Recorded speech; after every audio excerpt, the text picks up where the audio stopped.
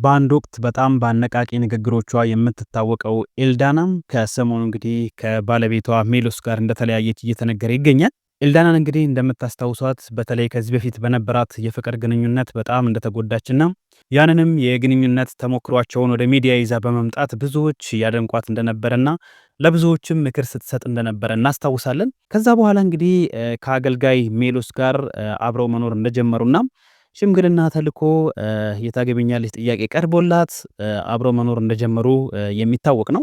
ይሁንና ግን ገና ዓመትን በቅጡ ሳይሞላቸው ነበረ ግንኙነታቸው አሁን ላይ እንደተቋረጠ በስፋት እየተነገረ የሚገኘው ማለት ነው። እንግዲህ ለዚህ ዋናው ትልቁ መረጃ ምንድነው ከተባለ ደግሞ በተለይ ኤልዳናም ስለ ባለቤቷ ሜሎስ በተደጋጋሚ በሶሻል ሚዲያ ላይ ሲጠይቋት የገባች መሰጣቸው ኮሜንቶች ናቸው። ምክንያቱም ምንድነው ሜሎስ የት ሄደ ሲሏት የራሱ ፔጅ አለው ሂዱና ጠይቁት እኔን አትጠይቁኝ የሚል ተደጋጋሚ የሆነ መልእክቶችን በቁጣ መንገድ እንግዲህ ስትጽፍ ተመልክተናልና ይሄ ደግሞ ጤናማ የሆነ ግንኙነት እንደሌላቸው ለማረጋገጥ ችለናል ማለት ነው።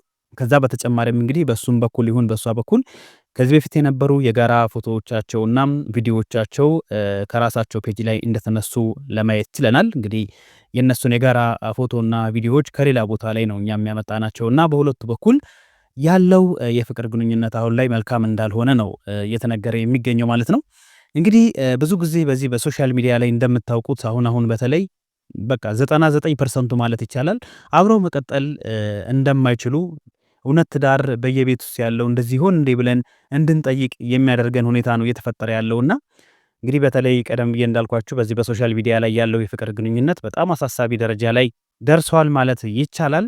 ታዲያ ለዚህ ምንድነው ምክንያቱ ብለን እኛም የበኩላችንን ሪሰርች ለመስራት ሞክረን ነበረ። እንግዲህ ለፍቺ መብዛት እንደ ማህበረሰቡና እንደ የጥንዶቹ ሁኔታ የተለያዩ ምክንያቶች ቢኖሩም በዋናነት ግን የሚከተሉት ነጥቦችን ማየት እንችላለን ማለት ነው። አንደኛው የኮሙኒኬሽን ወይንም የመግባባት ችግር ነው። ጥንዶች ስሜታቸውን ፍላጎታቸውንና ቅሬታቸውን በግልጽ መነጋገር ሲያቅታቸው አለመግባባቶች ይከማቻሉ።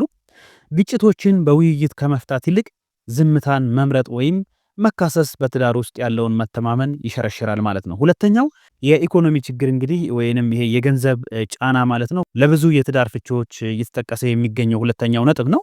የኑሮ ውድነትና የገቢ ማነስ በትዳር ውስጥ ከፍተኛ ውጥረት ይፈጥራል። በተለይ የገንዘብ አጠቃቀም ላይ ስምምነት ከሌለ ወይም አንደኛው ወገን ብቻ ሸክሙን የሚሸከም ከሆነ ለግጭትና ለፍቺ መንስኤ ይሆናል ተብሏል ማለት ነው። ሶስተኛው ታማኝነት ማጣት ነው።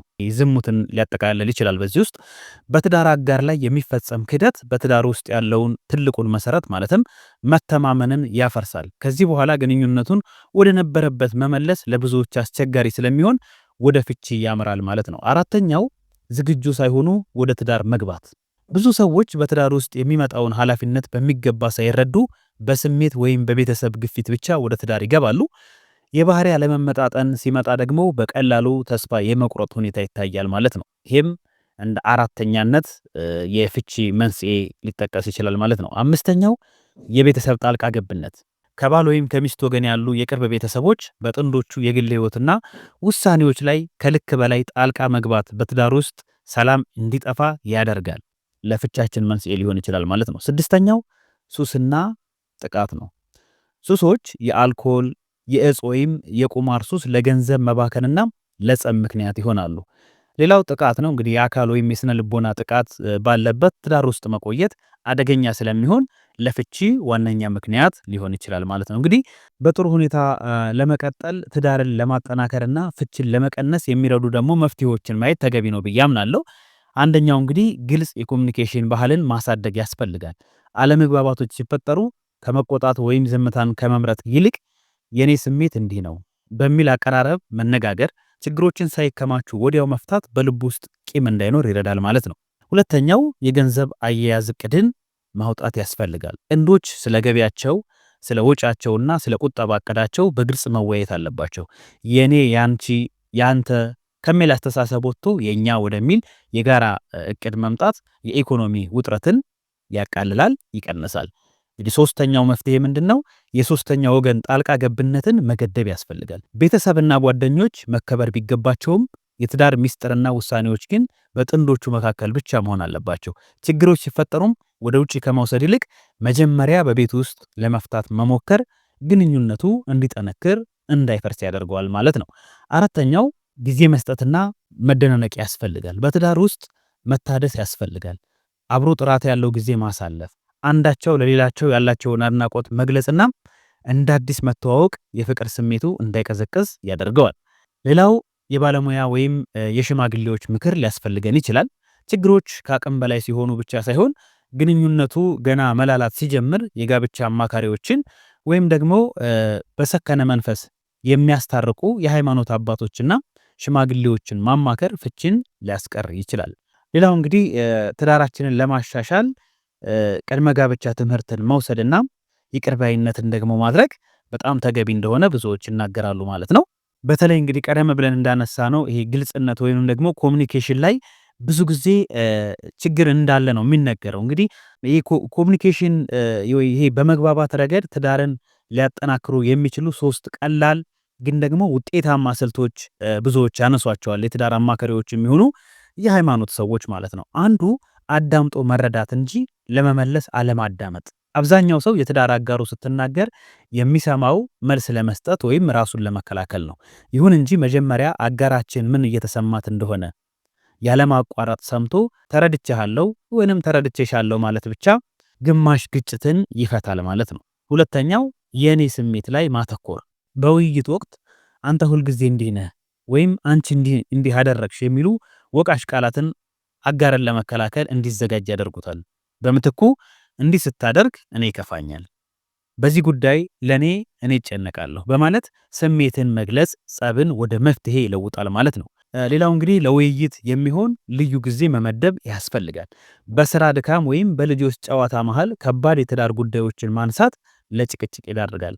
በሳምንት አንድ ቀን ወይም በቀን ለ30 ደቂቃ ስልክን አጥፍቶ በረጋ መንፈስ ስለ ግንኙነቱ ብቻ ማውራት ጥልቅ ለውጥ ያመጣል። ስለዚህ መግባባት ማለት መነጋገር ብቻ ሳይሆን መደማመጥም ጭምር ነው። ጥንዶች በልባቸው ውስጥ ያለውን በቅንነት ማውጣት ሲችሉ ትዳሩ ቤት የመሆን ባህሪው ይጨምራል ማለት ነው። እንግዲህ ሌላውና ዋናው ደግሞ አሁን ላይ በጣም በተለይ በዚህ ባለንበት የሶሻል ሚዲያ ወቅት ሐሳባችንን ወደ ሚዲያ ላይ ይዘን ለማን ማማከር እንዳለብን አለማወቃችን ነው። የታዋቂ ሰዎች ህይወት በማህበረሰቡ ላይ ያለው ተጽዕኖ በጣም ከፍተኛ ነው። እነሱ የሚለቋቸው ቪዲዮዎችና ሙዚቃዎች ተራ መዝናኛ ብቻ ሳይሆኑ ተራ ሰው በትዳሩ ውስጥ ለሚገጥመው ግጭት እንደ መመሪያ ወይም ቅሬታ መግለጫ እየተጠቀሙባቸው ይገኛሉ። ይህ ሁኔታ የሚያስከትላቸው ዋና ዋና ችግሮችን ስንመለከት አንደኛ ክብርን የሚነኩ ግጥሞችና መልእክቶች። ለምሳሌ እንግዲህ ታዋቂ ሰዎች ሲጣሉ አንዳቸው በሌላው ላይ ጥላቻ ወይም ንቀት የሚገልጽ ሙዚቃ ወይም ቪዲዮ ይለቃሉ። ተራው ሰው ደግሞ በቤቱ ግጭት ሲፈጠር ያንኑ ሙዚቃ በሶሻል ሚዲያ ስቶሪው ላይ በመጫን አጋሩን ለመውጋት ይሞክራል። ይሄ ድርጊት ግንኙነቱን ከማከም ይልቅ ይበልጥ ያሻክረዋል ማለት ነው። እንደዚሁም ፍቺን እንደ ስልጣኔ ማቅረብ። አንዳንድ ታዋቂ ሰዎች መለያየታቸውን በጣም ማራኪ አድርገው ያቀርቡታል። ነፃ ወጣሁ በሚል መንፈስ የሚለቀቁ ቪዲዮዎች በትዳር ውስጥ ትንሽ ፈተና የገጠመው ሰው እኔ ስለምን ተቸግሬ እኖራለሁ የሚል ጥያቄ እንዲያጭርበትና ለፍቺ እንዲቸኩል ያደርገዋል ማለት ነው። እንደዚሁም የግል ህይወትን ለህዝብ መረጃ ማድረግ ታዋቂ ሰዎች የቤታቸውን ጉድፍ አደባባይ ሲያወጡት ተከታዮቻቸው ይህንኑ ልምድ ይጋባሉ። ችግር ሲፈጠር ለአጋር ከመናገር ይልቅ ለፌስቡክ ወይም ለቲክቶክ መንገር ይቀድማል። ሰው በተሰበሰበበት ቦታ ደግሞ እርቅ ሳይሆን ይበልህ ይበልሽ፣ እንደዚሁም አይዞሽ የሚሉ ጎጂ አስተያየቶች ይበዛሉ ማለት ነው። ሌላው በስሜት መነዳት። አንዳንድ ጊዜ መለያየት ራሱ እንዳንድ ትሬንድ የሚታይበት ሁኔታ አለ። ታዋቂ ሰዎች ሲለያዩ የሚሰጣቸው ትኩረት እንግዲህ ሌሎች ሳያውቁት ያንን መንገድ እንዲከተሉ የስነ ልቦና ጫና ሊፈጠርባቸው ይችላል ማለት ነው። ስለዚህ ምን ማድረግ አለብን ብለን ካሰብን ልዩነትን ማወቅ አስፈላጊ ነው። የታዋቂ ሰዎች ህይወት ብዙ ጊዜ ከጀርባ የንግድ ስሌት ሊሆን ይችላል። የኛ ህይወት ግን እውነተኛ ዋጋ የሚከፈልበት መሆኑን ማሰብ ያስፈልጋል። እንደዚሁም ስሜትን መቆጣጠር ደግሞ በጣም አስፈላጊው ነገር ነው። ስንናደድ የምንሰማቸው ሙዚቃዎች ወይም የምናያቸው ቪዲዮዎችን ቁጣችንን የሚያበርዱ እንጂ የሚያባብሱ መሆን የለባቸውም። ስለዚህ ለትዳራችን በጣም ጥንቃቄ ማድረግ አለብን። በተለይ በሶሻል ሚዲያ ላይ የምናውቃቸውን ሰዎች ቀጥታ ወስደን እንግዲህ ወደ ራሳችን ህይወት ውስጥ በማስገባት እንደ ማጣቀሻነት ለትዳር አጋራችን መናገር ስህተታቸውን፣ ጠንካራ ጎናቸውን በራሱ እያመጡ መናገር ልክ ነው ብለን አናስብም። መመርመር ያስፈልጋል። አድማጭ ተመልካቾች እነዚህ ነጥቦች ላይ ትኩረት ማድረግ አለብን ብለን እናምናለን። እስኪ በዙሪያችሁ ደግሞ የተለያዩ ትዳሮችና እንደዚሁም ግንኙነቶች ለመፍረሳቸው ምክንያት የምትሏቸው ነገሮች ምንድናቸው የሚለውን በኮሜንት ላይ አጋሩን። ስለሰማችሁኝ ከልብ አመሰግናለሁ። በቪዲዮ ደግሞ ጥሩ ሀሳብ እንዳገኛችሁ ተስፋ አደርጋለሁ። መልካም ቆይታ